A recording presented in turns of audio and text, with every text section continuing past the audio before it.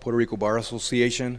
My name is Marcos Vilar, and I'm the Executive Director of Alianza for Progress, and it sure feels like election season right about now, right? We are so happy and so privileged to be able to have these distinguished candidates that are running for DA here in the state of Florida. And, pardon? AG, I'm sorry. AG in the state of Florida. And we're really excited to hear what they have to say about their candidacies. Out there in the streets, we've been spending some months doing voter registration, and there seems to be, it's sad because I think the state of the country that we're in right now is making people a little bit apathetic. So I want to, first of all, thank each and every one of you for being here today to be part of this.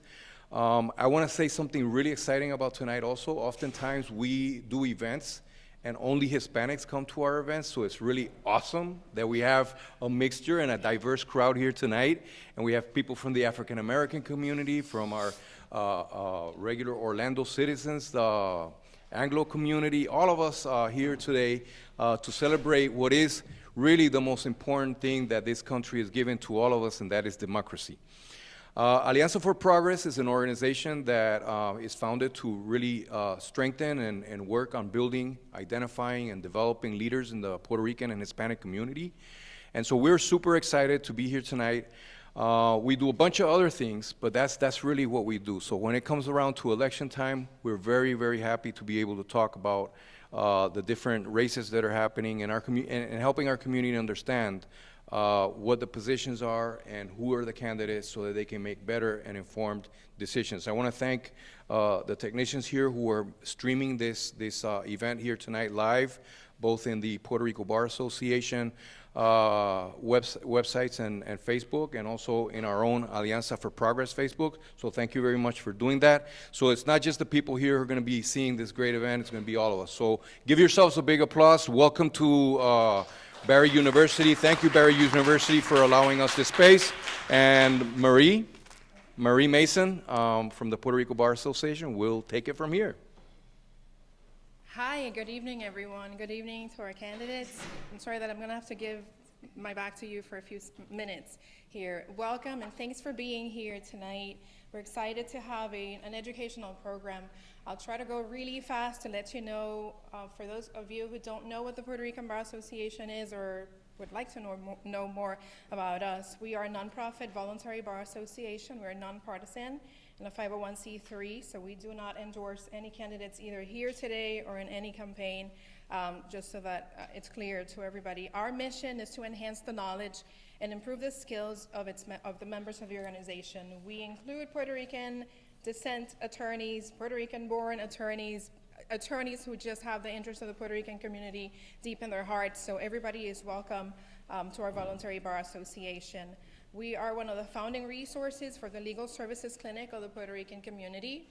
We founded it after Hurricane Maria struck the island of Puerto Rico, and we've been providing services to the Puerto Rican and Hispanic community as a whole in Central Florida and South Florida. Our core mission is community service, but also the education of our citizens on matters involving civil rights, including elections and voting rights.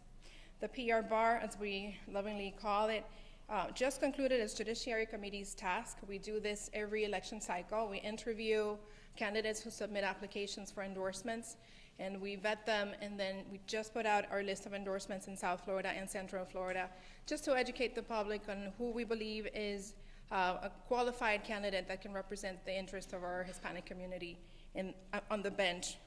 Part of that mission is also to increase diversity in the judiciary, which is much needed. So far this year, we've made our contribution to help increase the quality and diversity of the judiciary, and part of the educational mission that we have is also to educate the community on the importance of elections, and especially, as we're doing today, the importance of electing the Attorney General. I'm going to give you a brief description of what the Attorney General office is as a whole under the Florida Constitution, for those of us that are not attorneys and that don't understand a lot of what the Constitution of Florida has in very simple terms. The Attorney General of Florida is one of 3 elected state cabinet posts, which are the Chief Financial Officer, the Agriculture Commissioner, and the AG, Attorney General. They serve as the Chief Legal Officer of the state and is the head of the Florida Department of Legal Affairs. The AG is behind the Lieutenant Governor in line for succession to the office of the Governor. The current AG is Attorney Ashley Moody, who took office in 2019, and for the record, she was invited along with the other candidates running in this race for AG, but she's not present here today. The candidates that are present here today are facing each other on a Democratic primary race that will be determined on August 23rd at the primary election. So we invite everybody to please participate in the primary elections because your voice in the democracy is very important. More specifically, the functions of the AG include protecting Florida consumers from various types of fraud, enforcing the state's antitrust laws, appointing the Solicitor General, appointing and working with a statewide prosecutor, handling all appeals from state court felony convictions, issuing legal opinions on a variety of issues, litigating cases involving civil rights, investigating and enforcing nonprofit governance, educating state and local government entities on the requirements of the Florida Sunshine Laws, participating with other AGs in multi-state investigations, filing amicus briefs in appellate cases, in cases that have great public importance, and also promoting specific legislation. So keep those tasks in mind as you think of questions to ask them. You may also visit the Attorney General's website. It's myfloridalegal.com for frequently asked questions on specific issues that may not be addressed here today during our discussion. So if the functions of the AG that I just read to you do not seem like a long job description, wait until you hear what our candidates today have to say. Mr. Jim Lewis and Mr. Daniel Ufalder. Thank you and welcome.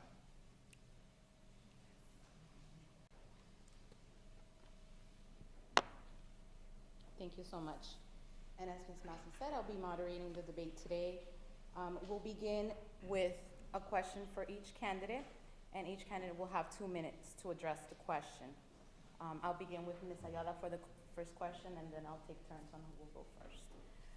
For the first question, what do you think the Office of Attorney General represents for the people of this state, and what makes you the best candidate for Attorney General in this primary race? Ms. Ayala. Buenas tardes, mi nombre es Hermes Ayala. Gracias for the name. My name is Hermes Ayala. Thank you all for coming tonight. I am running for the Attorney General because the state of Florida needs an Attorney General who is experienced, one who's committed to being an advocate, and one who knows how to get the job done. We need an Attorney General who is going to fight for our constitutional protections, someone who's going to increase public safety and certainly provide an economy that works for everyone. That is what the Attorney General should do. The Attorney General is not someone who balances, and considers all sides. Everyone wants a lawyer who is going to fight for their best interests, and that's exactly what I will do as the next Attorney General. I have served as the elected state attorney right here in this community for 4 years, where I led the nation and led the state on different reforms, from conviction integrity, bail reform, and certainly promoted public safety. I have a history of representing the lowest of the low as an assistant public defender, fighting for women, fighting against domestic violence. But the key right now is ensuring that Floridians have the protections and the voice that they need from an experienced advocate, and that is me. Thank you. Thank you, Ms. Ayala. Mr. Lewis, same question. Well, again, thank you all very much, Barry University, for having us. My name is Jim Lewis. I'm from Fort Lauderdale. I feel a little bit like a visitor coming into a home ballpark, but I got to tell you, I grew up here. I went to Edgewater High School, the University of Central Florida, and Stetson Law School, so I'm obviously very familiar with your area. Again, thank you. We've had some very lively debates already that some of you might have read about, and I think they really make us stronger. You have 3 very qualified candidates up here, and folks, we've got to do something. Our right-wing nutball governor has struck again, if you haven't noticed, where he has suspended the state attorney in Tampa because he refuses to follow or prosecute any abortion cases. There is a Republican onslaught, and we need a very strong attorney general who's going to stand up to this governor and the Republican legislature and say enough is enough. This is Florida. This is the land of the free. And we've got to do it, folks. We've got to have somebody elected up there. Hopefully there's going to be a change in governor, but if not, certainly a change in the Attorney General's office. I was a prosecutor for 12 years. I started here as a state attorney for 3 years here in Orlando. Then I worked for then Governor Bob Graham in his office as a special prosecutor to the statewide grand jury of Florida. And I did 7 years in the Attorney General's office as one of Florida's first assistant statewide prosecutors and was made the chief of the South Florida office. I've also been an adjunct law professor for 30 years at Nova University. How many of y'all are law students? Anybody here? Okay, there we go. We got one in the back. Legal education is so important, and these are where our leaders come from. And again, I'm Jim Lewis from Fort Lauderdale. So happy to be here. You've got so many issues. I'm sure we're going to have some lively talks and debates tonight. And again, I'm very proud to be at this event, especially with Mr. Felder and Ms. Ayala. Thank you. Thank you very much. Mr. Felder, same question. Thank you very much. My name is Daniel Ufelder. Can y'all hear me all right? You don't have to spell it. You don't have to pronounce it because it's not that easy to pronounce. I'm a second generation Floridian. I was born in Miami. Grew up in Tallahassee. I too have some long ties to the area. My mother grew up in Winter Park and went to Winter Park High School, and I grew up coming down here to see my grandparents. And then I grew up in Tallahassee. I went to public schools in Tallahassee. Ended up going to Stanford University for undergraduate, and then I went to law school in Florida and Georgetown. And then I practiced in Miami for a while, and then I moved back to Northwest Florida. So I've been up here 21 years, got 2 young kids, great wife, and I'm really blessed with where we are. But we need change right now. We have an Attorney General, Ashley Moody, who signed onto a brief to overturn an election, which made her unqualified. She stood in the way at least twice for the marijuana issue to be on the ballot. She stood in the way of the Affordable Care Act. She sued private businesses that have tried to institute protections for vaccines. We need to be vaccinated. I have a unique background as being a North Florida Democrat. I have taken on hard issues. I live in the reddest of the red of Florida. I've fought for years to take down the Confederate flag in our Panhandle. I fought against privatization of our beaches. I fought against Ron DeSantis. The press has called me his chief tormentor. I'm fortunate to have judges and lawyers all over the state supporting me. I've just been endorsed by the Tampa Bay Times, the largest newspaper in Florida, and the Fort Lauderdale Sun-Sentinel, because I'm most qualified for this position and most qualified to be Ashley Moody. I look forward to answering y'all's questions and proceeding tonight. Thank you very much. Thank you very much. For the next question, on the issue of public safety, gun violence, and gun control, each candidate will have 2 minutes to address the following question. Following a recent night of violence in the Central Florida Business District that left 7 people injured, Orlando Mayor Buddy Dyer announced that the City of Orlando will be rolling out controlled entry checkpoints starting as early as tomorrow, August 5th, in order to curb violence. The mayor's office said it would be launching 6 checkpoints at key access points to enter the Central Florida Business District on Fridays and Saturdays, which are the busiest nights of the week. The access points will be located between Pine Street and Washington Street along Orange Avenue. Will be staffed by officers and police dogs trained to detect weapons as well as metal detectors. Police officers will be seizing firearms from anyone found to be handling them illegally, but would let individuals with concealed permits continue on their way. The question is, what are your thoughts on this idea and its possible implementation in major cities across the state? We'll start with Mr. Felder. We have in this state, in this country, a problem with crime. And what is the underlying root of that? There's usually some very common factors. It's mental illness that's not treated, drug and alcohol use, and we're not addressing the underlying problem. And in terms of gun violence, I believe that assault weapons should be banned. I think that if we're going to tackle violence like you're discussing, there has to be a balance between protecting constitutional rights. It appears that and there doesn't seem to be that balance. The violence that is taking place in schools, in other cities across the state, needs to be addressed, and needs to be addressed from the perspective of what is causing it. And I think that what you're telling me, that is, I don't disagree is the first time hearing of these specifics, but I think leaders and politicians try to put Band-Aids on things. I think they try to, for the quick fix. And that doesn't work, it never works. When we have an incident like you're talking about, there's always a knee-jerk reaction to do something. It sounds like from what you're telling me, that may not be the best thing.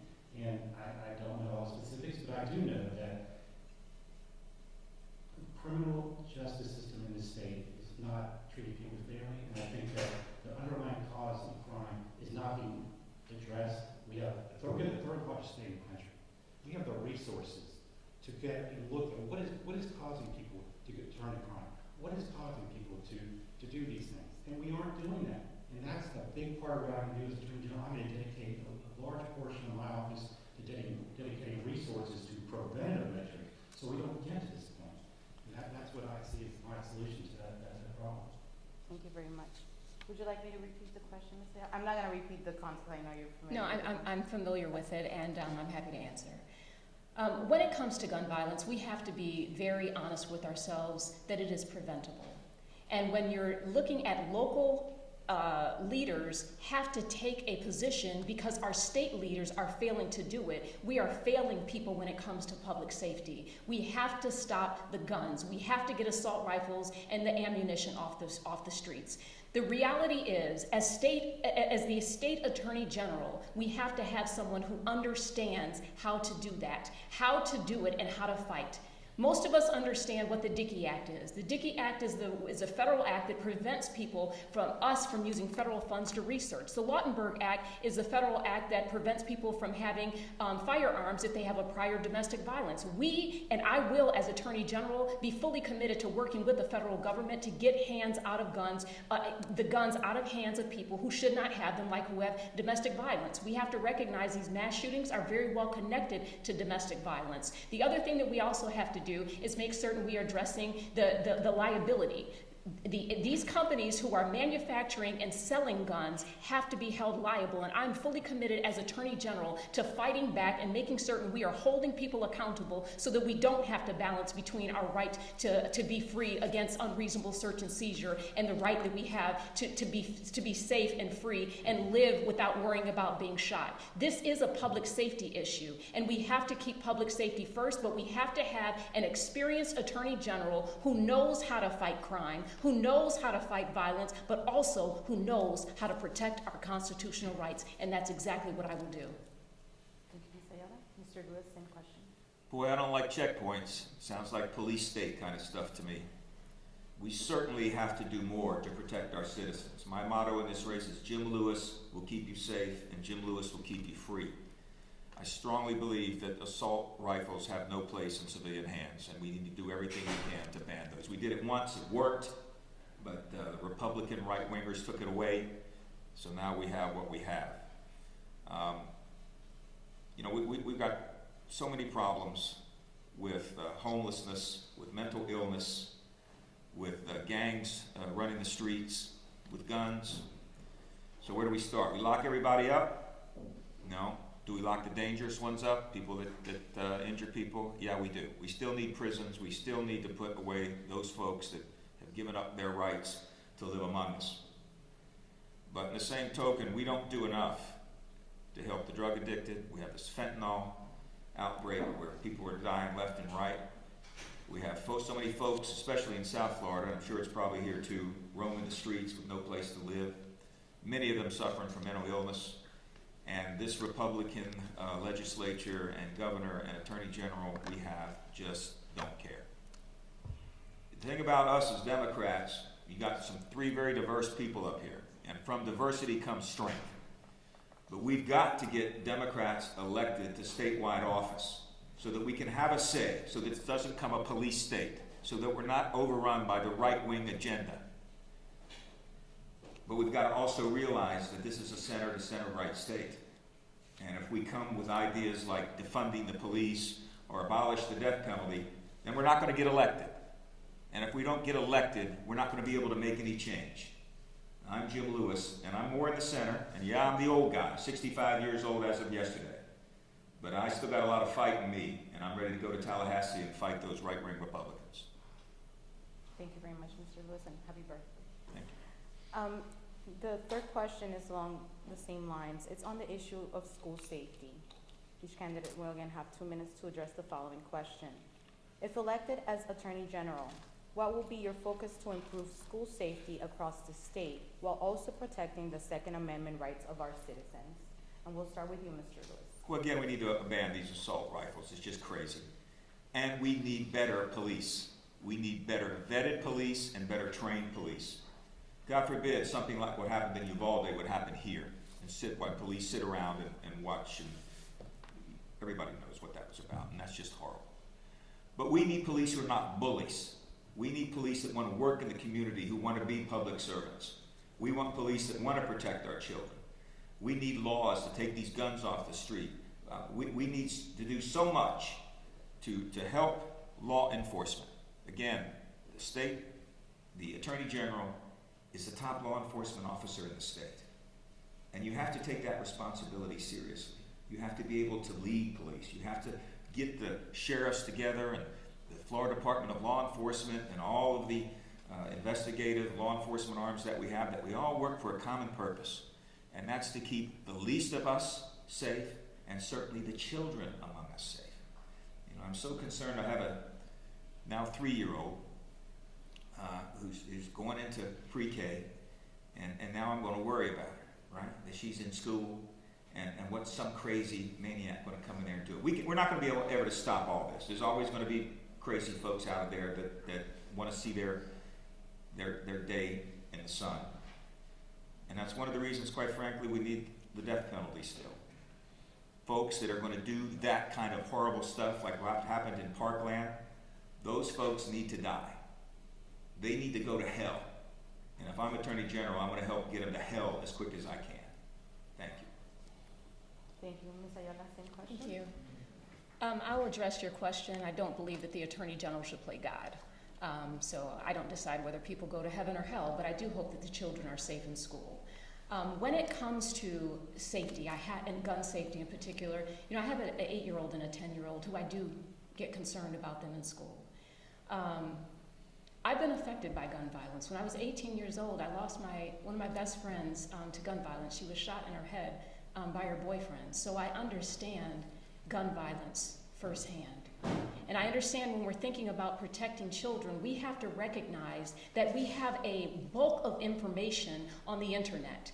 This social media has exposed so much, and every single time there's these mass shootings and these school shootings, when we go back and we look at monitoring these individuals, they have said things that could have triggered us and prevented this. We have to engage in the focus of prevention instead of having reactive politics. It is about preventing so that we all can still live, not just live freely, but we should be living. I am committed as Attorney General to working with the local schools, because the local government knows what it is that they need, and supporting them with their law enforcement, supporting them with their school resource officers, certainly supporting the teachers who are there and understand how it functions, but we have to provide safety first at all costs for the children. And it is important for us to always balance the rights that people have, but never forget we are not God.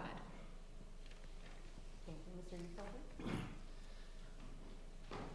Right now, in Florida, in Florida and all states, the gun industry has so much control over what happens, and they have virtually no liability. That's a recipe for disaster. We need to eliminate the liability protections for gun manufacturers. We need to require in Florida those who get guns to get insurance. You have to get insurance to rent a car, to rent a golf cart, but you don't have to get insurance to get a gun. We need to create more punishment, legal, civil liability for these types of acts. We need to also, like in Texas, that was a disaster. There should be liability. In Florida, we have sovereign immunity limits that make it basically a state entity, like a county government, or has like $200,000 in liability caps, which provides no disincentive for things like this. Those folks that let that happen in Texas should be fully liable, all those folks. And so we need to make, those would be strong, I believe, some protections we provide for gun violence. Technology. when we look at all these folks that have committed these acts, this didn't come out of nowhere. People knew that there was indications on social media, and friends, that these kids, whoever was doing these acts, it didn't come out of nowhere. And we find that the parents were somehow new. We should be going after the parents. I have an 11-year-old and a 13-year-old. They are learning drills on how to avoid. That is, we should not be living in a state that does that. So we should be going after these gun manufacturers, going after entities that allow this to happen, and hold them liable. We need to change the laws in Florida to make them liable, because right now there is no punishment for those who are involved in these acts. Thank you very much. On the issue of gender identity and applicability of federal laws, each candidate will have 2 minutes to address the following question. What is your position regarding new federal guidelines under Title IX, which expanded protections to including blocking discrimination based on sexual orientation and gender identity, in addition to biological sex? And I'll start with Ms. Evans. So I happen to be the person on this panel who understands what it means to have an amendment or a law to protect you because of your race, because of your gender. When it comes to gender identity, we have to recognize that we are failing Americans. Every single person has a right to exist as they are, and whoever they are, they have a right to work where they want to work, live where they want to live, love who they want to love, and we have to not use our laws to restrict them, but to increase their access and ability to freedom, as well as their ability to just live freely without worrying about the government coming after them. The government has no place in the privacy of people's homes to determine who they marry. And as a matter of fact, in the state of Florida, we voted against it. The attempt to try to say that we are going to define marriage a certain way. Florida believes in freedom, and that's exactly what I will support as the Attorney General. I will make sure that people are free to live who they are, because what happens is what we saw right here in this community with Pulse. When you use this rhetoric against people, they end up dead. You saw it in New York, we saw it here. All of this anger towards people because they are different than you, coming from the top, is not only dangerous, it is deadly. So I will use my platform as the Attorney General to speak love, to speak compassion, to speak justice, but always to speak safety. Thank you, Ms. Ayala. Mr. Lewis, same question. Well, first of all, I reject the notion that because I'm a man, that I'm less sensitive to LGBTQ rights. And I reject the notion that because I'm white, that I'm less sensitive to minority rights. Or that I'm straight, that somehow I'm less sensitive to these rights. I fought for these things my entire life. I can't control the fact that I'm a man. I can't control the fact that I'm white, and I guess I could control the fact of whether I'm straight or not, but I just happen to be straight. That's just who I am. But folks, I care about all of us, and I'm going to fight this hate agenda that this governor and this attorney general will bring to us. And I'm going to be out there protecting us all. Not just the old people, not just the young people, but everybody. And that's what we've got to do, is all come together. All this divisive talk, left versus right, extreme partisan politics, is going to be the death of us if we don't start moving to the middle and come together and try to solve these problems, as opposed to just run away from each other and disrespect each other and don't talk to each other.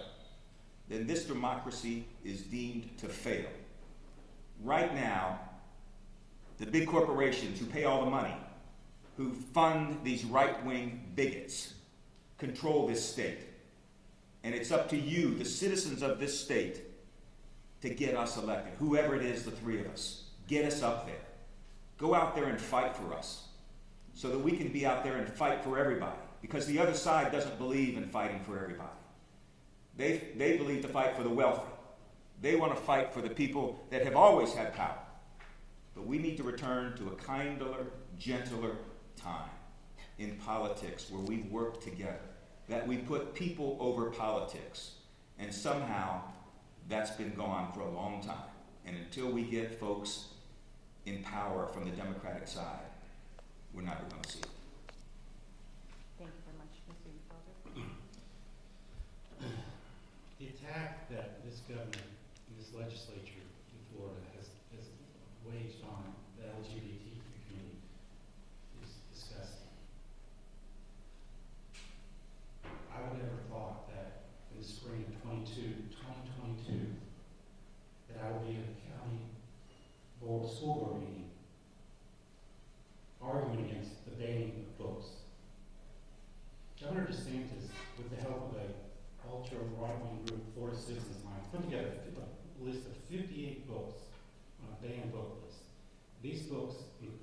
include, one of the books is on the list because it has two men sitting on a bench next to each other.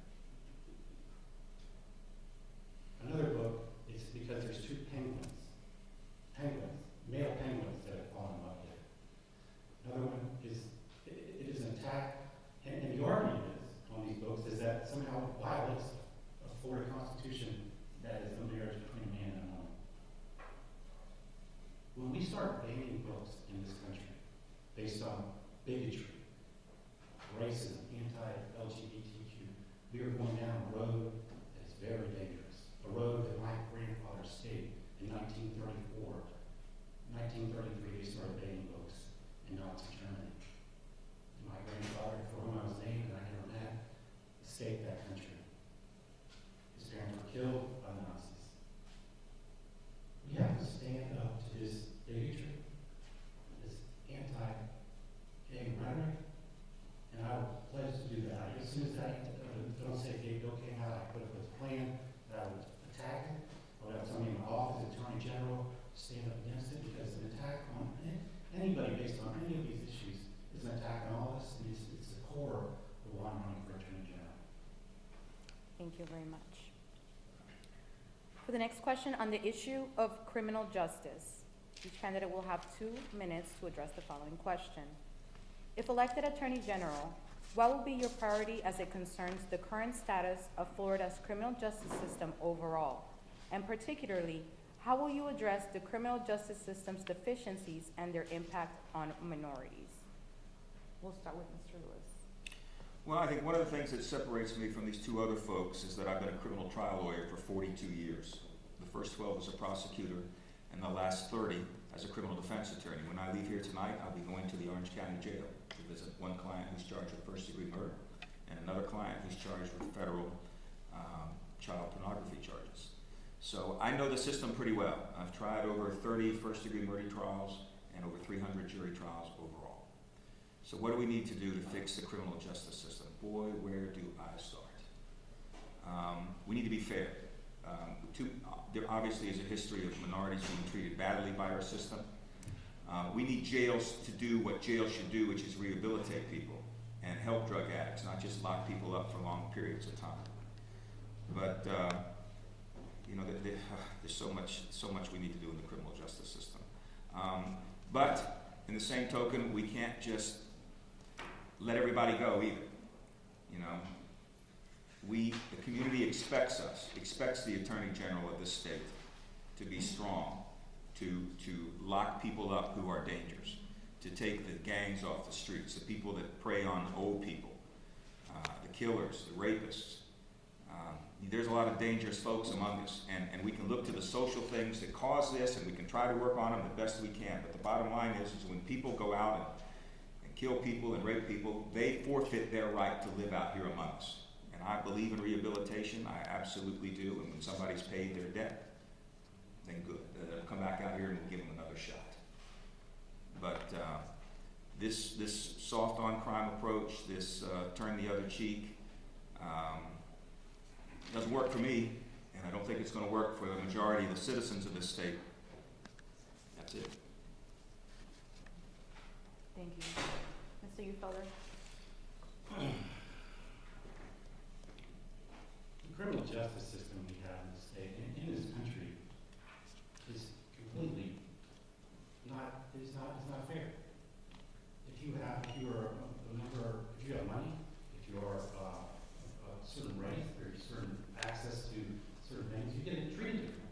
Look at one of our residents who lives in Palm Beach County, Donald Trump. He's a criminal. He walks around committing crimes in broad daylight, and nothing has happened to him. We have to hold these people in power who have money, who are these positions accountable, and we're not doing that. And that creates a distrust of the system. We have private prison. The GEO is a large private prison. They fund the Republican Party. You can look. There is a disincentive for people to be rehabilitated and out of prison because private prisons make money off people staying in prison. And nobody's addressing that because we have Republicans in power like Ashley Moody who benefit and get contributions from these companies that run private We have to be fair. We have to apply the law equally and fairly. And if we let people get off based on their circumstances, makes it even more unjust for those who don't have the benefit of those. So when somebody commits a crime, Florida, of all the states in the country, is the #1 state for people who have committed crime, who participated in the January 6th insurrection. It's not even close. And what kind of punishments are they getting? Slaps on the wrist. Why? Because they're white? Because they have access to good lawyers? It's wrong, and they need to be treated just like everybody else. Thank you very much. On the issue of environmental protection. Whoops, hold on. I can say. Oh, I'm sorry, Ms. Ayala. I apologize, Ms. Ayala. Please answer the question. All right, thank you. Allow me to take a moment just to clear up something. Part of the job of the Attorney General is to be honest, is to have integrity. And unfortunately, my opponent here continues to suggest and tell people that I am about defunding the police.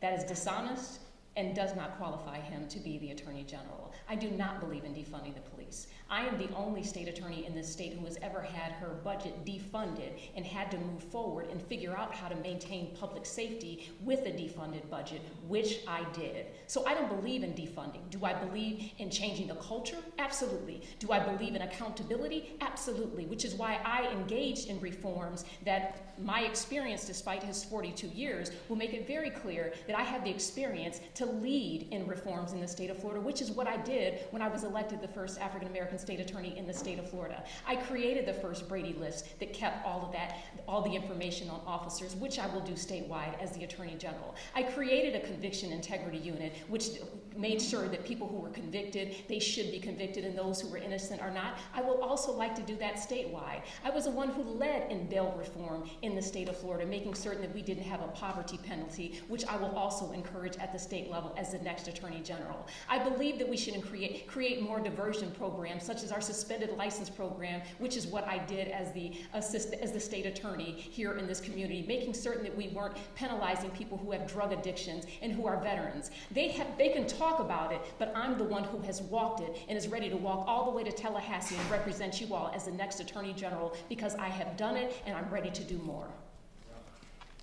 Thank you very much. Can I answer that, since I took a shot? No, we're not going to have a rebuttal at this time. You'll have an opportunity to address it in the closing statement. Okay. Thank you. On the issue of environmental protection, each candidate will have 2 minutes to address the following question. What is your position regarding climate change and the need to preserve Florida's natural resources, protected areas, and wildlife for future generations? If elected as Attorney General, how will you ensure that corporations respect the citizens of Florida's right to clean air and water? And we'll start with Ms. Ayala. All right, thank you. When it comes to the environmental protections, yes, climate change is real. And if anyone knows that, we have to know that here in the state of Florida. Climate has multiple parts of it. It's the human side, right? It's also the economic side, but it's also the equity side, because we know that environmental protections and injustice harms people of color and poor communities more than anyone else. They're the ones that don't have the resources to overcome it. They end up with higher bills. They're the ones that have to deal with this. The reality is, economically, we have to be able to recognize that climate change is impacting our sea levels, which increase flooding. Climate change is also is becoming a reality because of the pollutions. As Attorney General, I am fully committed to working very closely with our environmental division in the state of Florida so that we can prosecute our polluters, so that we can protect our environment. Because if we don't have it, my 8-year-old and 10-year-old may not have an earth that they can live in. It pollutes our air and it impacts our health. As a cancer survivor who was 24 hours from dying from death, I understand what it means to have clean air. I understand what it means to have our health, and I will fight for the health of every Floridian and recognize that because climate change is real, we must do something about it. We will see that our current Attorney General has not supported that by suing when there's violations in the state of Florida. I will prosecute polluters, and I will work with the federal government to make certain that on our lands, in our air, and in our waters, that people do not violate them, because this is our home. We have tourism that is much bigger than Disney. We have the human element, and we have to make certain we are engaging in environmental justice for all people, but certainly for low-income communities. Thank you very much. Mr. Lewis, same question, please. What's going on with our environment is nothing short of public corruption. Nothing short of FP&L doing dark money, pumping millions of dollars into campaigns for Republicans who basically don't care anything about our environment. You know, we can't continue to feed manatees less. That's only going to work so long. We can't continue to just look away from climate change and just hope that our coastal areas don't end up underwater. We're doing nothing to protect the Everglades. We're doing nothing to make sure that we have a water supply that we can actually drink in South Florida. Why? Because millions of dollars are being pumped into these campaigns by large corporations that don't care about us, that just care about the dollar line. You know, I want to leave this state for my children and my grandchildren and someday great-grandchildren, that we're still going to have wildlife to see, that we're going to have an Everglades to enjoy, that we're going to have parks, you know, that we're going to be able to walk in green spaces.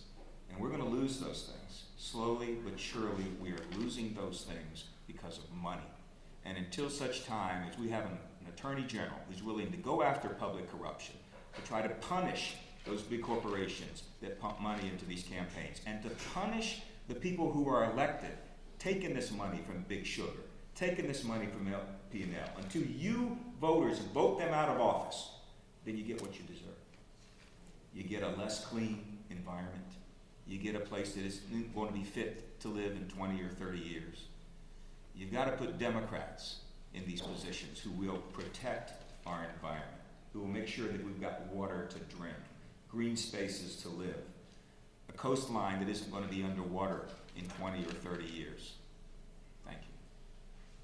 Thank you. I've lived all over Florida. Miami, Gainesville, known as Sass, I don't know if you know that town, or Tampa, Tallahassee. And there's some beautiful places in this state. There's a place called Cold Springs, I don't know. And it's a beautiful place. I used to go there as a kid, and we'd go on these boats, and you could see the glass bottom boats. You could look and see just 2 miles down beneath the sea. And I took my kids there a couple years ago. They said, "Oh, we don't do the glass bottom boat tours anymore." I said, "Why not?" "Well, because it's been polluted. There's nothing. You can have a glass bottom, but you can't see anything." Our state is turning into one big parking lot. And why is that? Because we don't have responsible folks at the top looking at growth management. As a member, as Attorney General, I will be on the cabinet. We will be making environmental decisions at meetings. Right now, the governor is not holding meetings because we have one cabinet member that doesn't agree with them. And if he continues, if he gets elected, which I'm fine to that happen, but if he gets elected when I'm Attorney General, I will take him to court to make him require him to have regular cabinet meetings. But why is this happening? The Everglades. The Everglades is one of the wonders of the world. And it provides not just beauty, but it provides resources. It provides future resources for this state. And U.S. Sugar is using it as a toilet bowl. Well, U.S. Sugar just paid $50,000 to Ashley, Friends of Ashley Moody. The Friends of Ashley Moody PAC is basically the enemies of Florida. U.S. Sugar, Florida Power and Light, tobacco, insurance. That's what I'm going to be running against. Ashley Moody, who represents corporate interests that don't give a darn about the environment, Florida Power and Light, U.S. Sugar.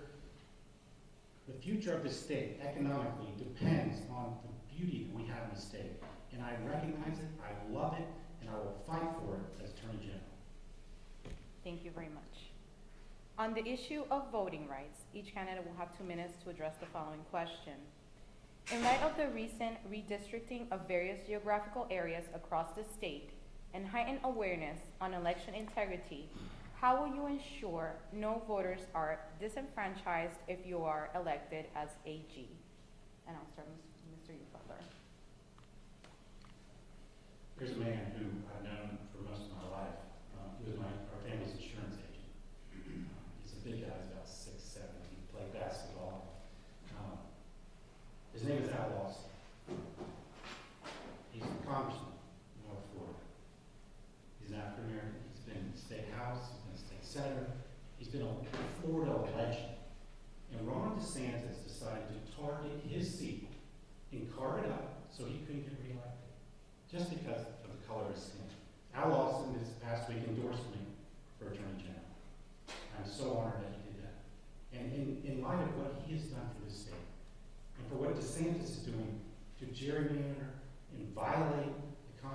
mentioned the Voting Rights Act. There's a division. Part of being the Attorney General is protecting the right to vote. We shouldn't be making it harder to vote. We should be making it easier to vote. And when I'm Attorney General, I'm going to make it as easy as legally possible. I think we should have a day off from work to vote. Well, why not? My grandfather, when he came to this country, escaping Nazi Germany, he took my dad, my aunt, my uncle. They voted. They went to every single election.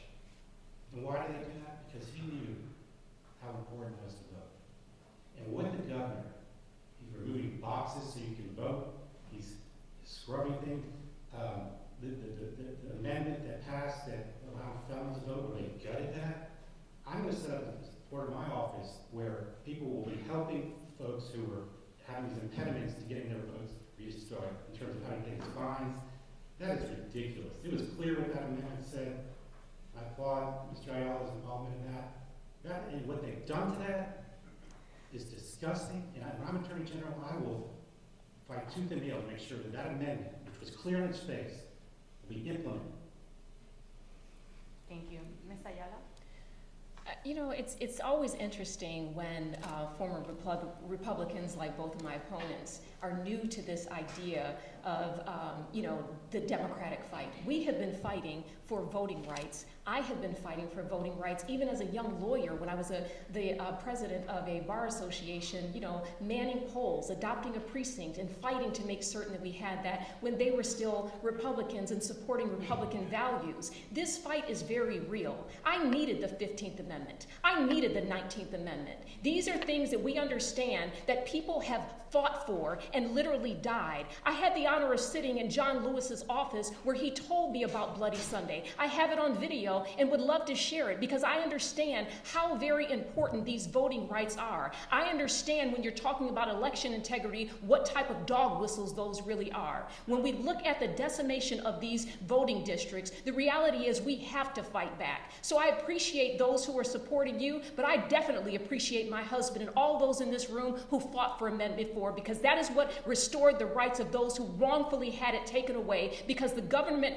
aims at black people. It aims at Latinos and Hispanics. It absolutely does, and we need to make certain that we are fighting back and not allowing the status quo and not allowing people to continue to suppress the vote. If we lose our right to vote, we literally lose our lives. So as Attorney General, what would I do? Instead of asking the Florida Supreme Court to issue an opinion of whether or not the decimation of those congressional districts was wrong, I would have issued one myself. And I can tell you, when I'm the Attorney General, I am going to fight to get back those districts, because in 2010, this state voted for fair districts, and that is unconstitutional to act any other way than to support the people's right to vote. I will always support it because I need it and we all need it to protect our democracy. Mr. Lewis? So the governor has appointed his own election police, a Republican hack by the name of Antonacci. I know Mr. Antonacci because I used to work for him as a statewide prosecutor.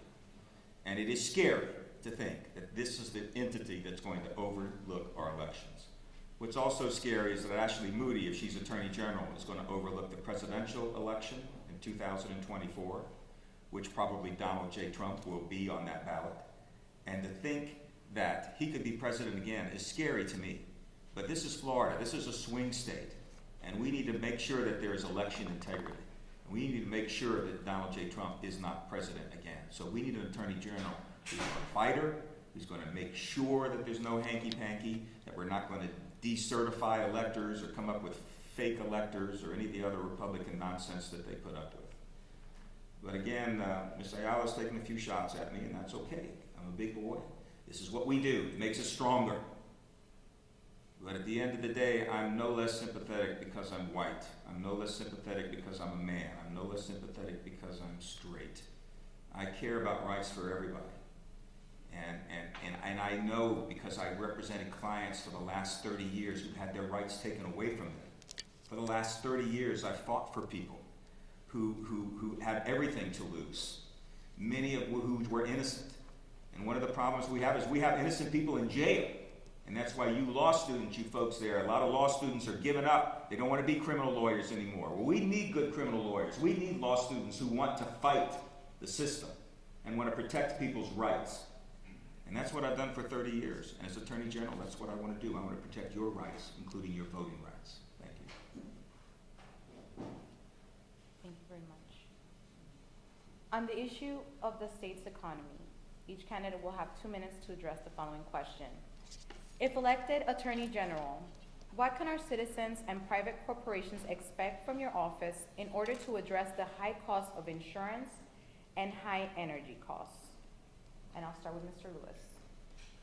Well, again, big corporations own our state government. They have for a long time, at least for the last 20-some years, in which basically Republicans have held all the cabinet positions and the majority in the legislature. We need FPL to be more responsive to the needs of our community. We give them this exclusive right to provide power almost throughout the state. And in exchange for that, they need to be fair with us. And they need to do the right thing by us. They need to stop using these fossil fuels that are hurting us in terms of the environment. They need to do more in terms of allowing private people to come up with alternate sources like the sun and buy back that energy. And they've fought that, and there's some of the nasty things that they've done with dark money campaigns to go up against any candidate that might be against them. Same thing with big sugar and some of the agricultural interests. You know, good, I'm all about agriculture. Florida's a place where we grow a lot of our own food, and that's great. But we can't let agriculture ruin our environment. It's a part of it, okay? We gotta eat. I got that. We can't all be farmers, and we gotta eat. But we can't let them ruin the Everglades like they're doing, or seriously undermine the ability for us to have clean drinking water in the next 20 or 30 years.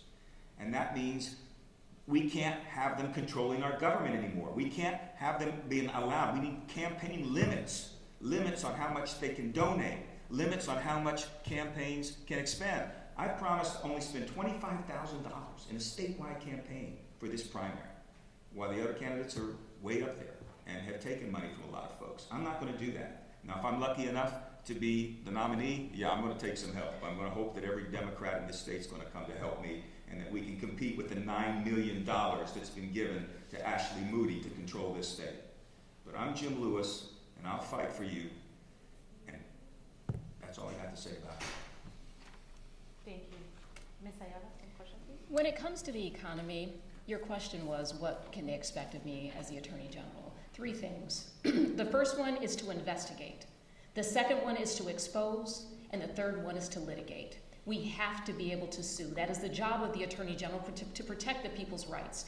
I often talk about the fraud that goes on, talking about taking on large corporations and being willing to take them on without flinching an eye. I've already done that, not just on beaches, but also in courtrooms. And that's what we have to be able to do, is have the courage to do that. One of the things that we talk about is, affordable housing. Today is August 4th. I can assure you there is somebody who hasn't paid their rent this month. Somebody in this state is wondering how they're going to survive, where their kids are going to live, where their next meal is coming. And we have an obligation to not sit comfortable in our homes and do nothing. We have an obligation to fight. One of the things that I think that we need to do, and I want to push as Attorney General, is to create in the state of Florida a Tenants' Bill of Rights. This will eliminate the exploitation of tenants when it's time to, renew leases, and they're increasing it by 20, 30, 40, even sometimes 50%, and displacing people out of their homes. We have to be able to protect people's interests, and not just those who are funding us and those who, are going to give us the connections for our next big move and, providing the funding that we need to survive. The economic imbalance is because we have funded the powerful and left the people down. I am running to represent the people so that we have a strong economy where we all win.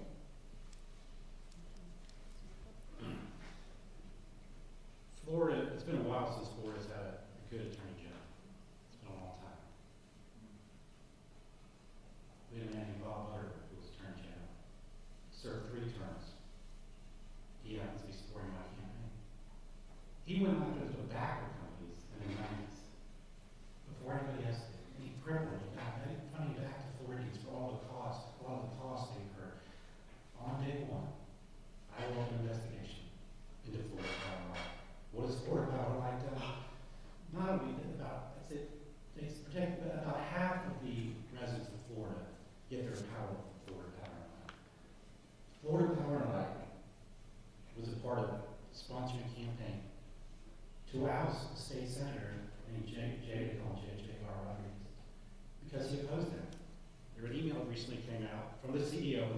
I want to make that guy's life a living hell. So what they do, they put up a guy with the same last name, and he won by, so the guy lost by 34 votes. They set up propaganda. They have rooms in Tallahassee where legislators can hang out. Today, I'm traveling the state. Tomorrow morning, I'm going to be at the CEO, the headquarters of Florida Power and Light, having a press conference and calling them out on their corruption because they have given hundreds of thousands of dollars to Ashley Moody. And what did she get for it? Protection.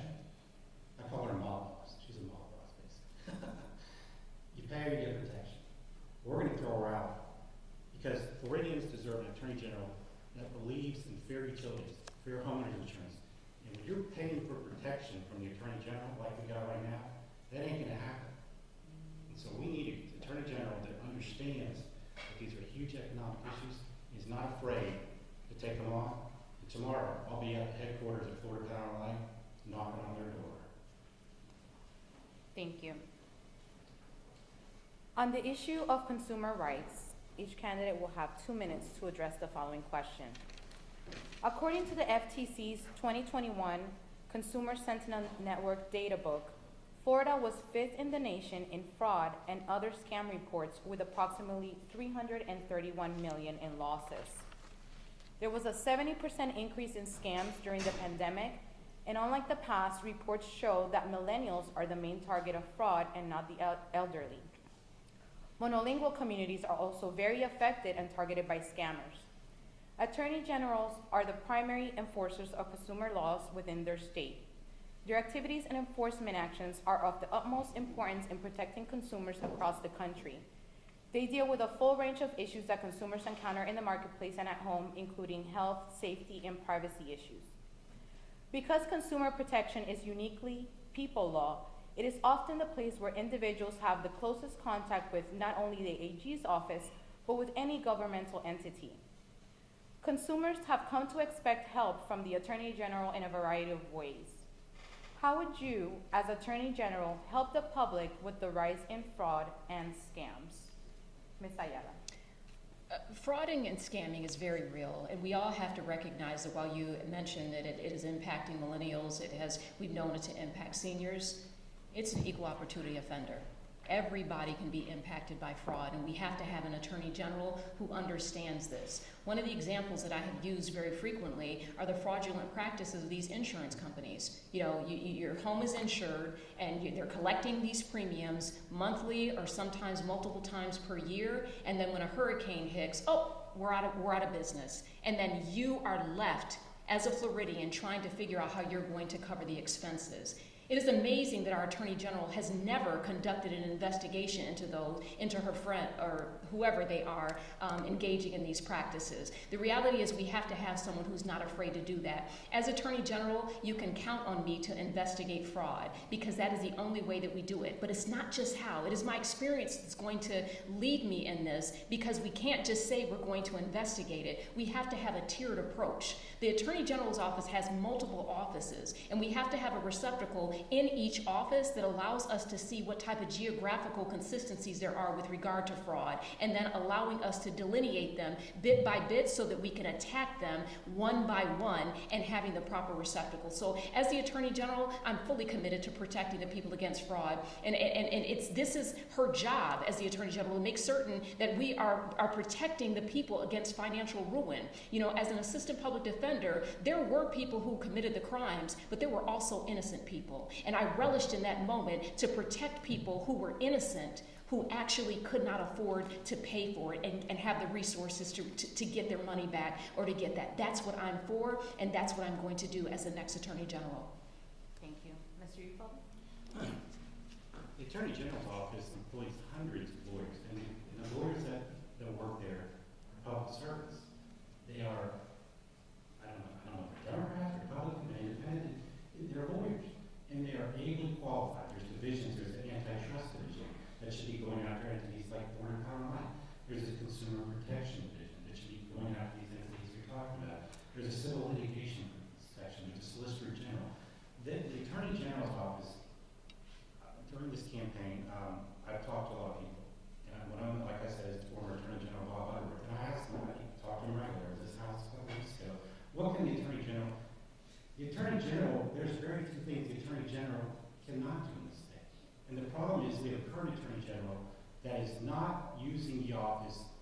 to its full capacity. Ashley Moody is using the office to benefit her own political career, her donors, Ron DeSantis and Donald Trump. The Attorney General's office, there is no reason why these scams that are targeting young folks, any Floridians, should not be immediately, whether it's civilly gone after or criminally gone after, because we have the resources, we have the people. We just don't have somebody at the top in the office, in the Attorney General's office, making it a priority, and I will make it a priority when I become Attorney General. Thank you, Mr. Lewis. One of the first things that the newly elected, hopefully one of us, Attorney Generals will do will be appoint a new statewide prosecutor. We do not use that office nearly enough. I was an assistant statewide prosecutor for 7 years. I know what that office can do. Right now we have organized groups of people that defraud seniors, identity theft. If we were able to cut down on all of that scamming and fraud, we could use that money for so many good purposes. But until we get law enforcement more engaged, the Florida Department of Law Enforcement, our state police, to work together with the Florida Department of Law Enforcement, the local state attorneys, that we go over to get these organized scammers, get them off the street, put them in prison where they belong, then that money's going to come back to us, and this is going to be a safer state. I want Florida, even though we've got so many people here today, still to have welcome arms for older folks that want to come down here and do their thing before they go into the graveyard. And I tell you, when you're 65 years old, you start looking at what that graveyard might look like someday. And I don't want my father, or anybody's father, to have their life savings scammed by one of these organized gangs. So what's that mean? That means we gotta get tough. That means we have to use that statewide prosecution office to go after these people and lock them up and run them out of here, send them back to wherever they came so that they don't fleece our citizens. It's not gonna be easy. Certainly, Ashley Moody, she makes these nice little public service announcements telling people what to be to look on for, and that's great. But that's not gonna keep those scammers from out there taking advantage of our seniors and our millennials and everybody. What's gonna work is bringing out the big stick and putting those folks in prison. Thank you. On the issue of abortion rights, each candidate will have 2 minutes to address the following question. Florida's Constitution on Article 1, Section 23 was amended in 1980 by the voters' approval, and it contains an explicit, freestanding, and broadly worded right to privacy. In the 1989 case in Re TW, the Florida Supreme Court found the right to abortion within that right to privacy, even though the constitutional provision does not explicitly mention abortion. Then in 2012, Amendment 6 was proposed, which would have effectively ended a state's constitutional right to abortion. Some legal scholars argue when voters rejected Amendment 6 in 2012, the people of Florida adopted or incorporated the Florida Supreme Court's prior judicial constructions of the privacy right, which include the right to an abortion. Florida's new ban on abortions after 15 weeks of pregnancy, which took effect on July 1st, 2022, includes no exceptions for cases of rape or incest. Do you believe the current Florida Supreme Court, with its present composition, can recede from its prior abortion precedents in light of the voters' rejection of Amendment 6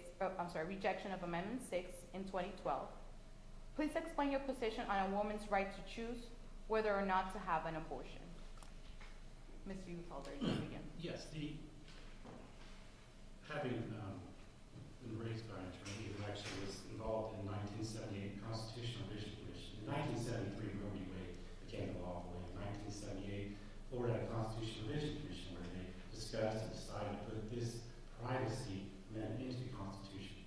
It was considered, that's why it was done, in light of Roe v. Wade. They didn't put in there right to privacy and abortion. They put it in there because of the timetable that took place when I first came evidence of it.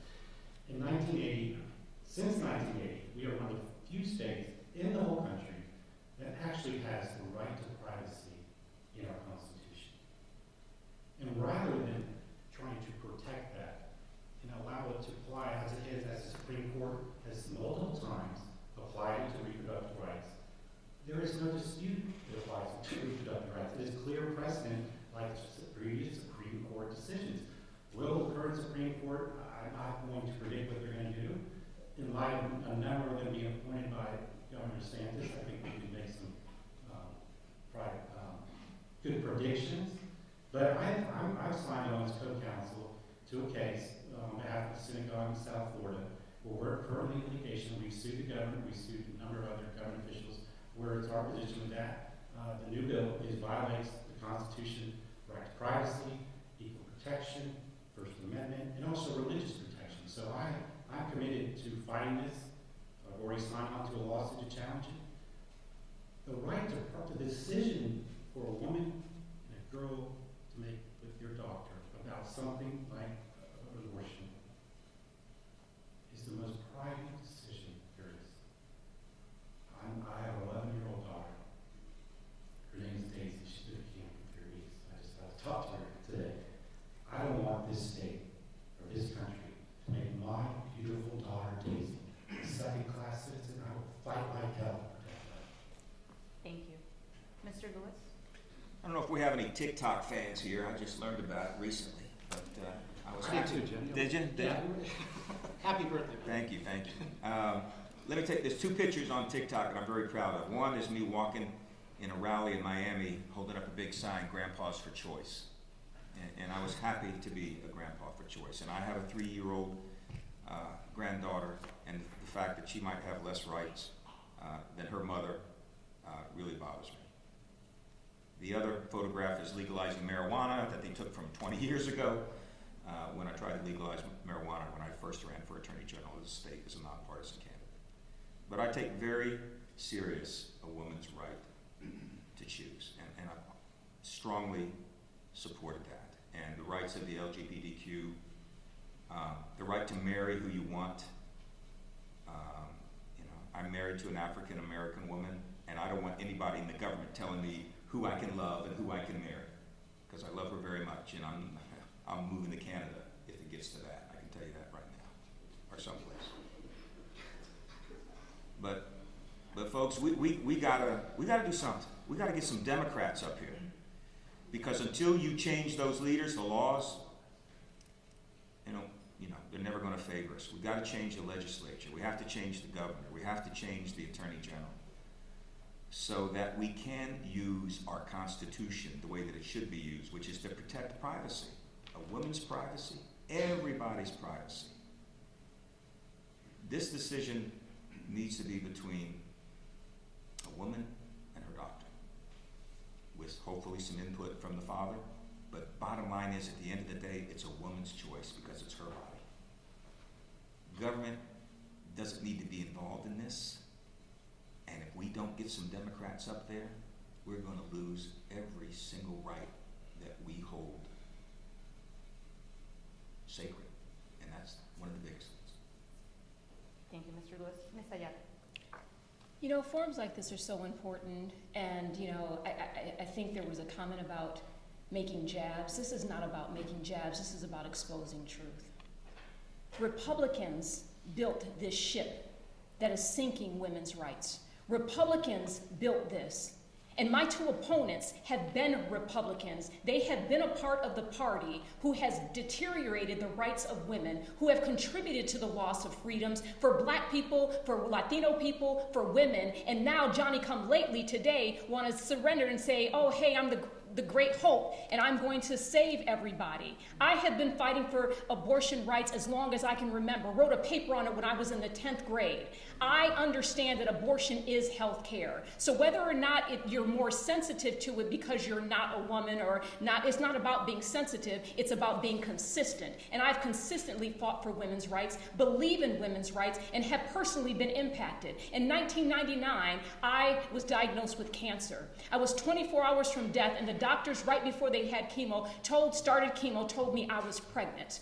Shortly thereafter, I miscarried. But do you know, I would have had to make a decision. This ain't somebody else's story. This is my story. I would have had to make a decision on whether or not I take chemotherapy or whether or not to abort a child who could be impacted by the chemotherapy that's saving my life. This is a very real issue and not a convenient one to show up today as a Democrat and fight for. Yes, we do need a Democrat in office, but we need an authentic one. Not one that showed up a couple years ago, not one that's been to everyone part, but the one who has been consistent, fighting for democratic values, and I've never been confused about Republican values and what they have done to the people. I have always fought, I always will, and a woman's right will always be my priority.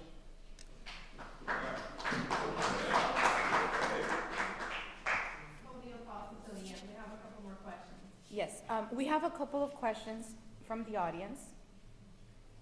If elected as cabinet member, you would become a part of the clemency board. What experiences, both personal and professional, would you bring to that position that could make the board better? We'll start with Mr. Lewis.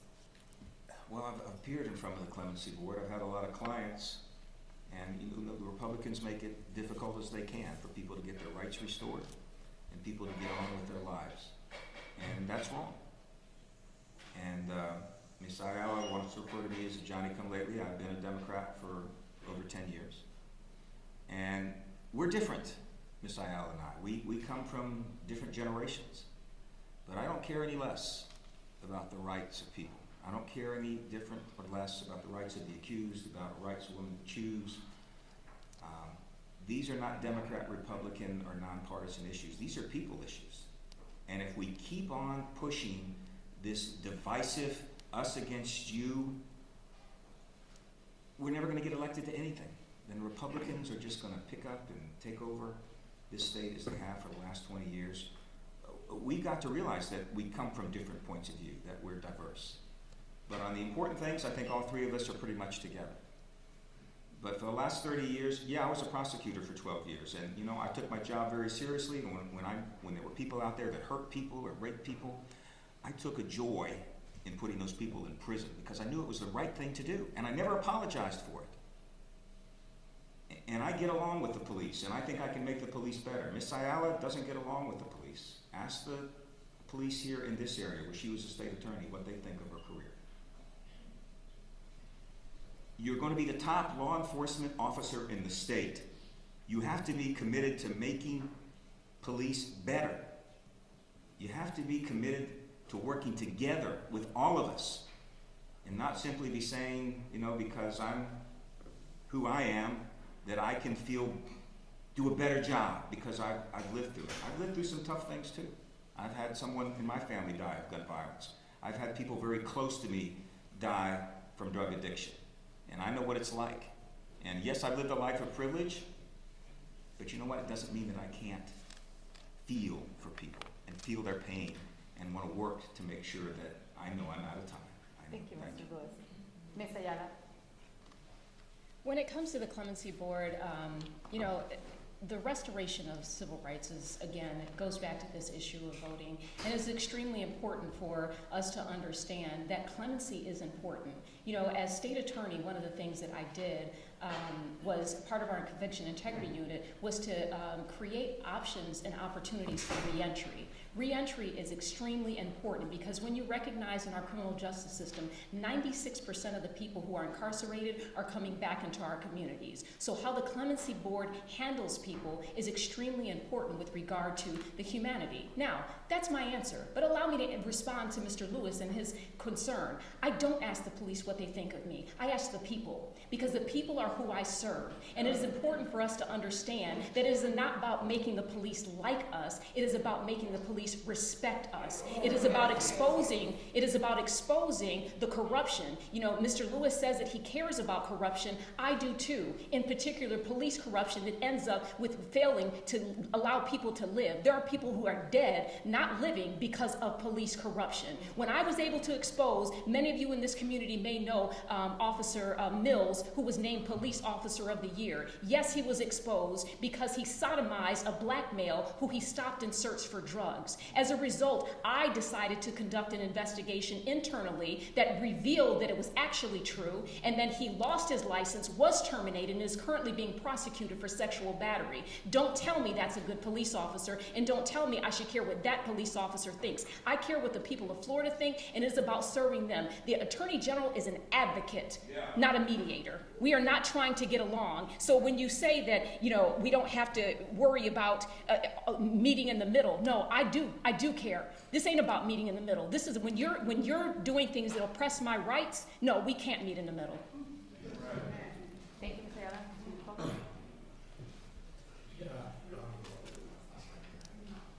In terms of the question, I think. Would you like me to repeat the question? No, it's fine, it's fine. I mean, I spent a lot I'm not a career politician. I haven't run for office since high school. I haven't run for state attorney, Congress, maybe not Congress, Senate, maybe not Senate. I think this is what I'm running for. I'm running for Attorney General. I'm running for Attorney General because we need to replace Ashley Moody. And she's done so many things wrong. And I hear Ms. Ayala talk about what she did as state attorney, and that's her record. And I'm just unsure why she didn't run for re-election, but I guess maybe it's that. If she was such a good state attorney. But in terms of clemency board, one thing the governor is not doing is he's not even holding these cabinet meetings. The next cabinet meeting is holding on a primary day. If he gets re-elected, when I'm attorney general, if he doesn't hold cabinet meetings and clemency board meetings, I will go to court and force him to do so. With the fact that he's holding up clemency board decisions, these are some of the most critical decisions. These are decisions about freedom of people who are incarcerated and their rights to be given right freedom. And he's holding it up. And he should be called into court immediately for doing that. Because what has happened as a cabinet member? These meetings aren't just about clemency board, they're about environmental issues, they're about litigation issues, and they aren't being held. And it is so wrong that Governor DeSantis, because we have one cabinet member, Nikki Freed, who opposes some things, that he's refusing to have these meetings. So one of the first things I will do, hopefully one of my good friends, Charlie Chris and Nikki Freed, will be governor. We won't have this problem, but we need to be having more regular clemency board meetings. We need to be hearing these more on an expedited manner because these are people's freedom to get out. People are being incarcerated too long because of a private prison system that encourages lengthy prison time. So I would encourage the clemency board meetings to be held on a more regular basis than they are. Thank you. The next question is tied to the last one. It is also from an audience member. If elected, what will you do about unjust prison sentences, if you do believe the prison sentences are unjust? And I'll start with you, Mr. Ufelder.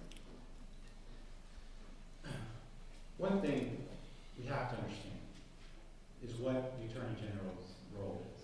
The Attorney General is not, I would say, over 90% of what the Attorney General's role is a civil type matters, whether it's fraud, antitrust. The criminal roles of the Attorney General to deal with the appeals of trial court cases and when there's crimes that involve multiple jurisdictions or when there's a statewide prosecution. In terms of, clearly there is an unjust sentencing system in place. And as Attorney General, I will appoint a task force and have that look at it to the degree to which the Attorney General can do something about it. But we have to recognize what the Attorney General's primary roles are. But in terms of unjust sentences, clearly as a member of the Cabinet, as the Chief Legal Officer, that falls directly under the jurisdiction of the Attorney General. It should be a high priority, definitely. I agree with that. Yes. Thank you. Ms. Ayala? So the Attorney General has a place in the discussion of unfair sentencing, and that would be conviction integrity because it's part of sentencing review. That is what I did as state attorney, and I do stand on my record, and I would suggest anyone who questions it to get one before they do. When it comes to being the Attorney General, it's important for us to understand all of the criminal justice reforms are hugely important there, and the platform that I built on conviction integrity was actually started by our current state attorney. So part of the democratic process and actual being a Democrat is building power. So I didn't run for re-election because I supported our current state attorney who's building upon my reforms so that I can go to the state level and become the next Attorney General and make all of those reforms statewide. So I think one of them would certainly be conviction review and sentencing review, and I'll continue to make a record as the Attorney General. We give judges a lot of discretion in this state, and as a result of that, we have a lot of unjust sentences, sometimes too severe, sometimes not severe enough. We have state sentencing guidelines which have been promulgated, and it's a good step, but now judges basically can just ignore those guidelines for almost no reason at all and sentence somebody to what they want. Prosecutors need to use their discretion better so that nonviolent people that aren't dangerous to the community, get a second chance. On the other hand, people out there using guns and selling fentanyl, those folks need to go away for a while. They need to be taken out of the community. We'll welcome them back after a period of time, maybe after they've learned their lesson, but not right away. Ms. Ayala, you almost sound like a Republican. You want to be very divisive. You would know. I would, yesterday, 10 years ago. But you want to be very divisive in terms of playing white against black.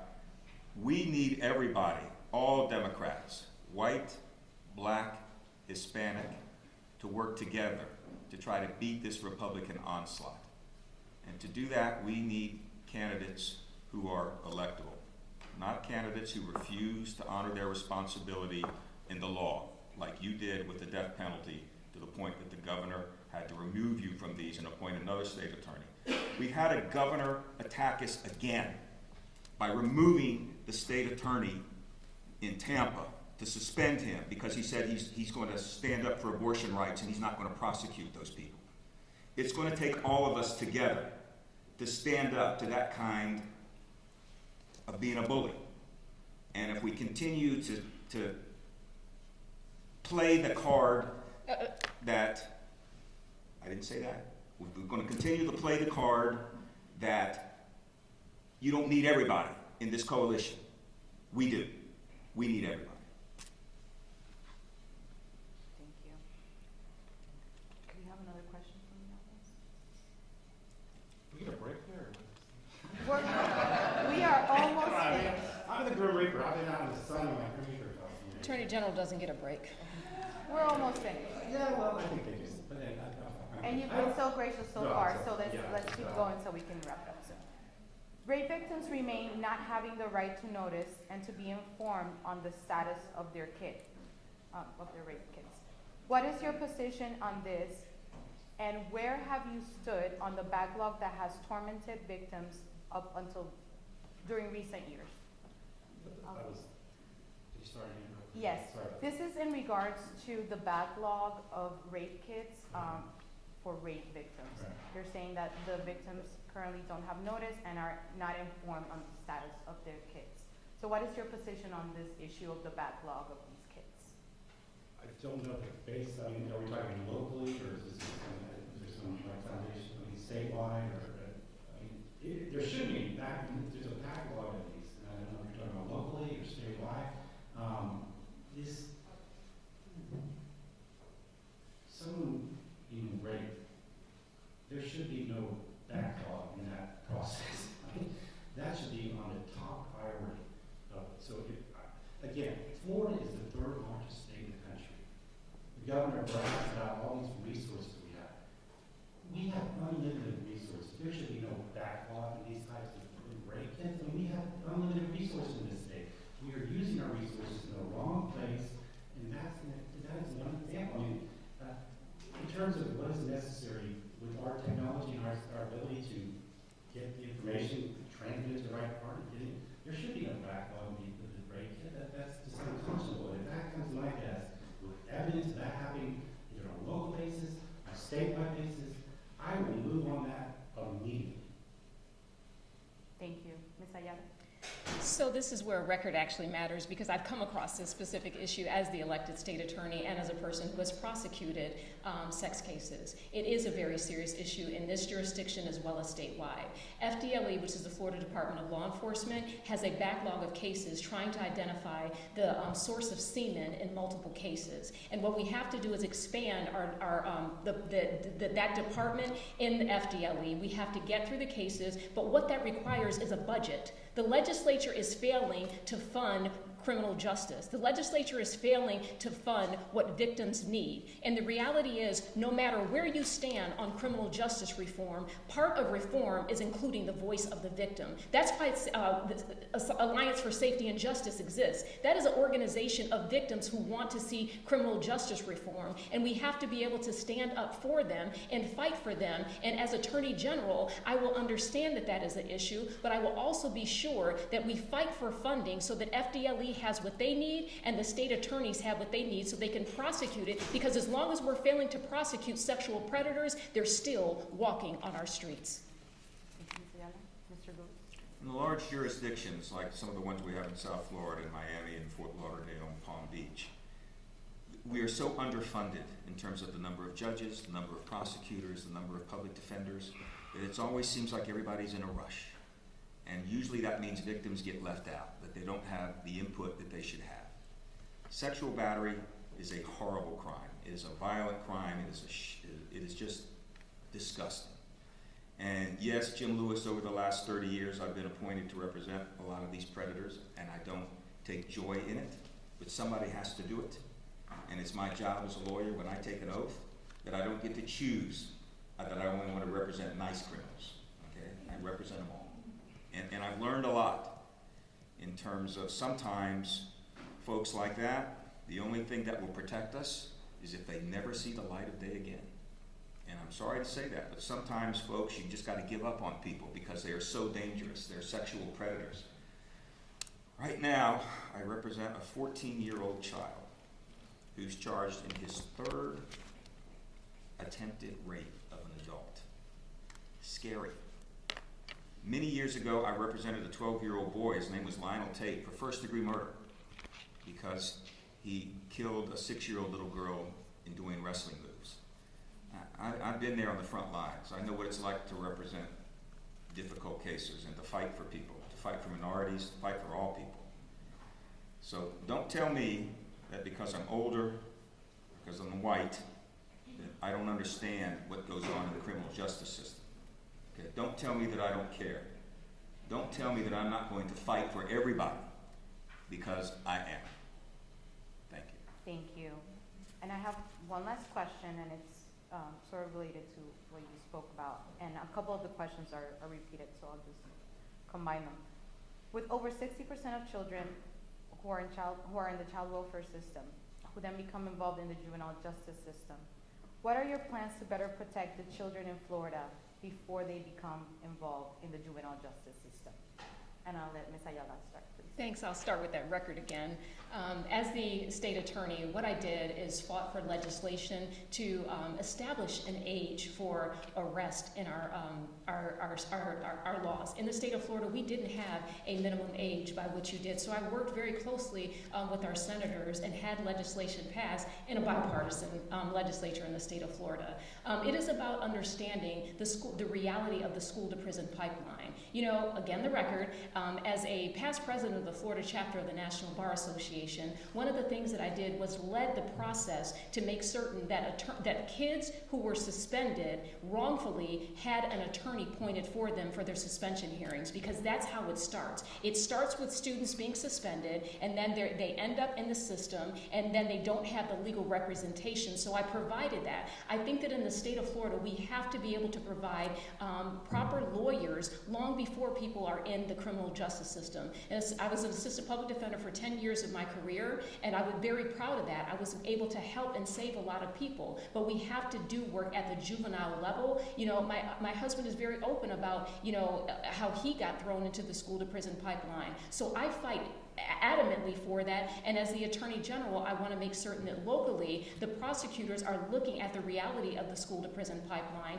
and establishing lawyers and representation at the school level, in the local level, so that we can stop it when they're in school and not try to respond to it when they're in prison. Thank you. Mr. Lewis? You know, our juvenile justice system certainly has come under attack, and there have been a lot of good people that have tried to make it better with mixed results. I strongly will urge state attorneys not to direct file these 14, 15, and 16-year-old kids. We've actually got better programs now for these really troubled kids, level 8 and level 10 juvenile detention centers. One of them's in Okeechobee, Florida, and I visited, and it's, you know, can't say it's a good place, but it's better than putting kids away in adult prisons. You know, we've got to learn. We've got to learn from the mistakes that we've made in the past, that if we just continue to punish people from the time they're 12 or 13 or 14-year-olds, and punish, then they're never going to get better. We have to have better schools. We have to have better services in terms of helping people so that they don't feel so hopeless. It really hurts me when I'm hanging around the courthouse, which I'm there every day, all day, whether it's Broward, Dade, Palm Beach, or even here in Orange County, to see the hopelessness upon people that walk in there, that find themselves arrested because they don't have a good job. They don't really have a place to live. They have undiagnosed mental illness. And they can fight and do the best they can, and maybe 1 out of 100 will make it. But there's 99 of them that don't. And that's because we don't give economic opportunity to everybody. We're doing better. You know, we're not where we were 20 or 30 years ago, but we can do a whole lot better to making sure that everybody, regardless of the color of your skin or your gender or who you love, that we can give you an opportunity to succeed in this fine country and this fine state. We can do that together. Democrats, we can do that together. Thank you. Mr. Euclid? The Attorney General is not only the chief legal officer of the state. The Attorney General is a member of the cabinet, third in line to the governorship. You're not looking at this in this state globally, looking at the underlying causes of all these problems we have. And until we do that, until we look at why are juveniles committing crimes more than they should, why are people being incarcerated more than they should, and it seems to me, and I think there's a lot of consensus, that the underlying, there's economic issues that cause mental health issues, drug and alcohol issues, and those are not being addressed. And they're not being addressed because they're not being talked about. The Attorney General has a huge bully pool. And with juveniles being committing crimes that are adult-type crimes, we have to look at that juvenile and say, well, just because the crime sits at a certain level, how should that juvenile be treated? Because the way that juvenile is treated in that first offense is going to affect that juvenile the rest of their life. And we aren't looking at it. We aren't looking at it because we don't dedicate the resources on the front end to these problems. We're just incarcerating people, putting them through the system,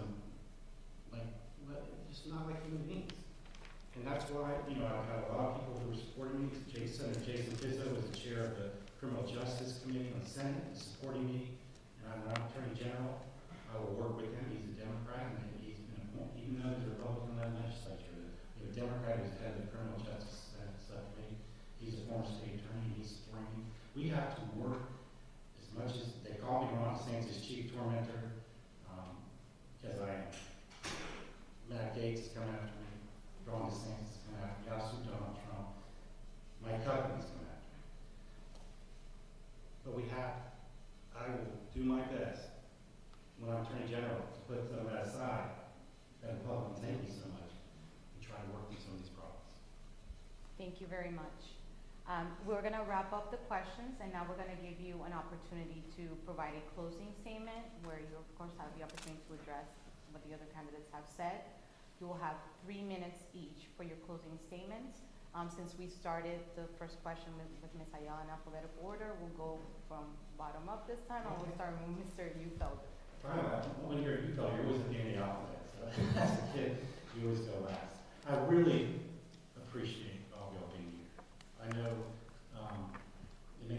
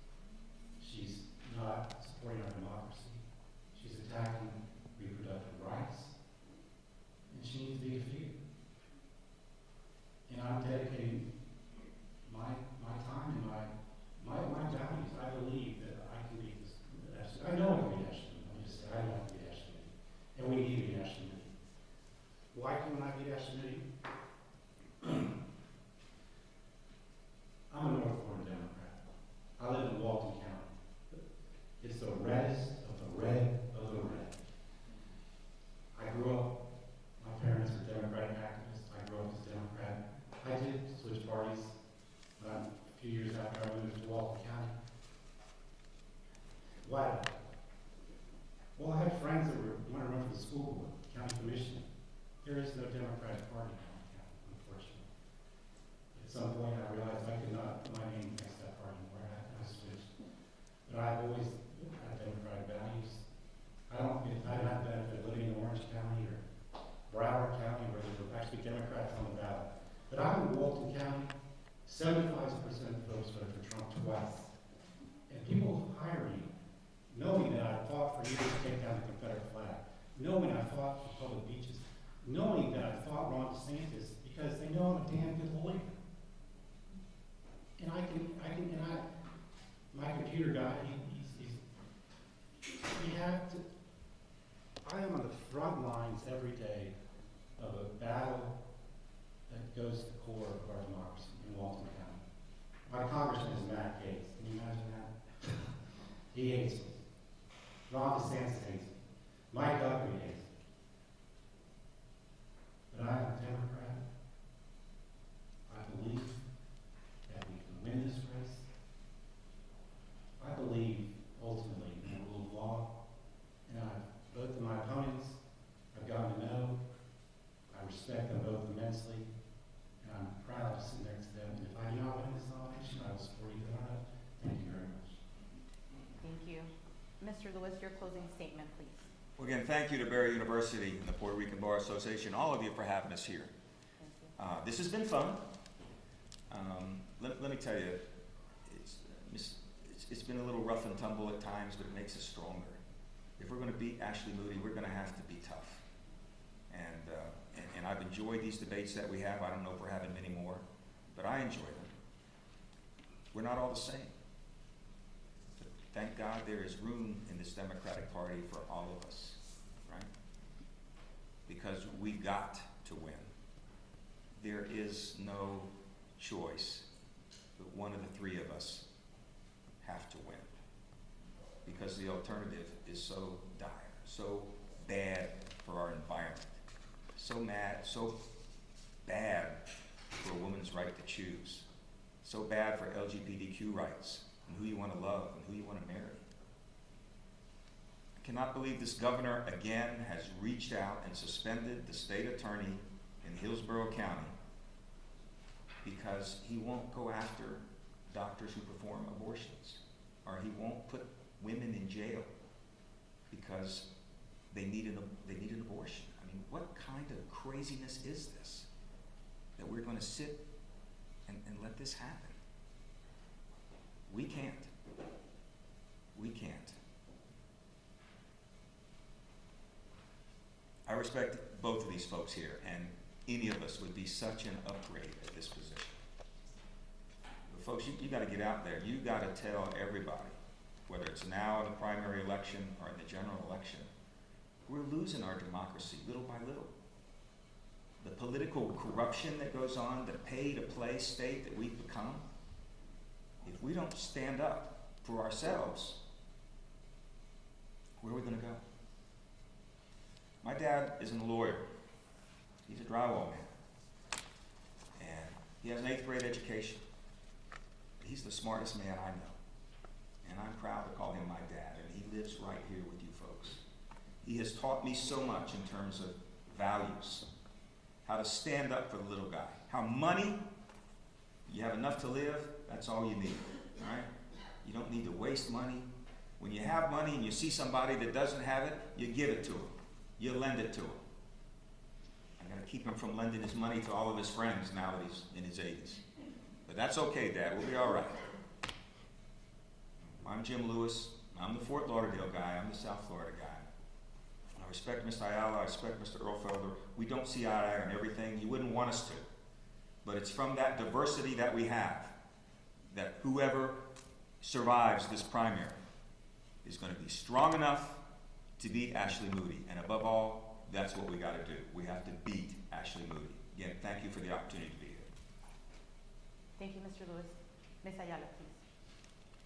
Thank you all for coming tonight. This is all about exposing the truth. And while my opponent says that he enjoys this, I don't enjoy someone misrepresenting who I am. I don't enjoy someone having a conversation about the lack of my electability. Let me tell you who is electable. A woman who can stand up, a woman who can fight, a woman who understands what is in front of us. So no, this isn't about making this divisions. You know, it's easy to come here and suggest a comment about the race card, and just because you don't use the word, it doesn't mean that we don't know what you meant.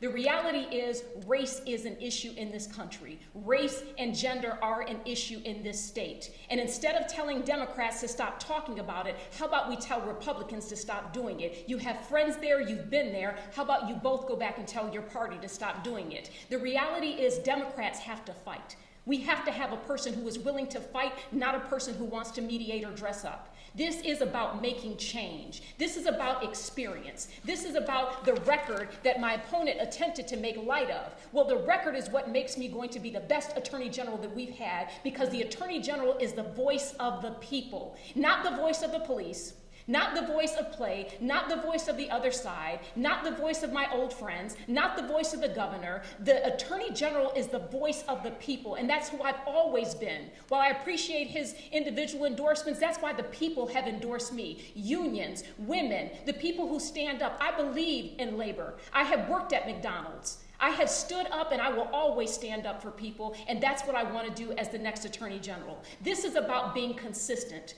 You don't know what you would do until you've had power. And I'm the only one who has had power, and my character has been exposed to the people of the state of Florida. That's what makes me ready. So the idea that I'm not electable is actually even laughable, because my opponent says I'm not electable because I won't follow the law. However, on every platform, his buddy over here says he's not going to follow the law as it relates to abortion. But I happen to be the only one. This is what we have to get over. It is about exposing truth and not acting as if we don't see it. Our laws are undergirded with white supremacy and patriarchy. And if we're not going to acknowledge that and pretend that a person who calls it out is the person who is playing a race card, that is the injustice. I am running because I'm fighting for justice and always have fought for justice. This is about equality. This is about freedom. This is about protecting our constitutional rights, which is the job of the Attorney General. I'm ready to walk to that sweet sound of justice, singing it by myself or singing with the choir, but I will always stand and fight for justice for the people. I ask for your vote on August 23rd because I am the qualified and the electable person who will win this race.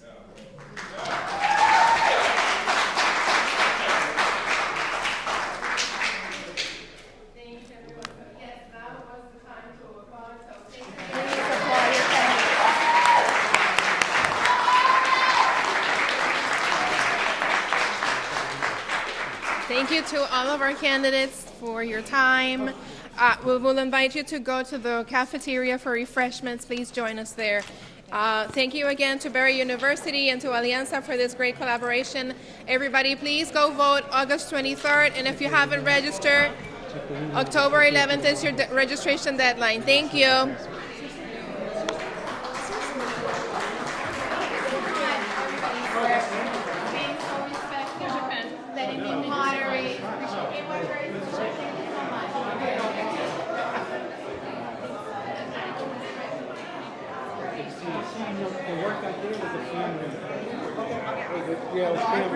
Oh, I'm sorry.